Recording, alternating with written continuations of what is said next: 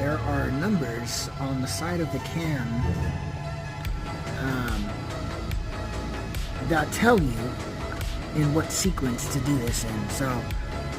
it says up right there, as you can see, and once I turn it, it'll say 3.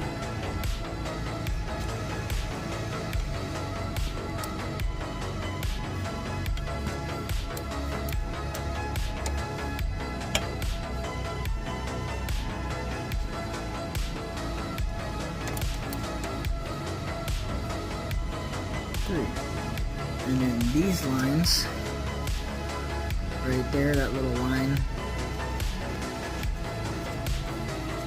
right there has to line up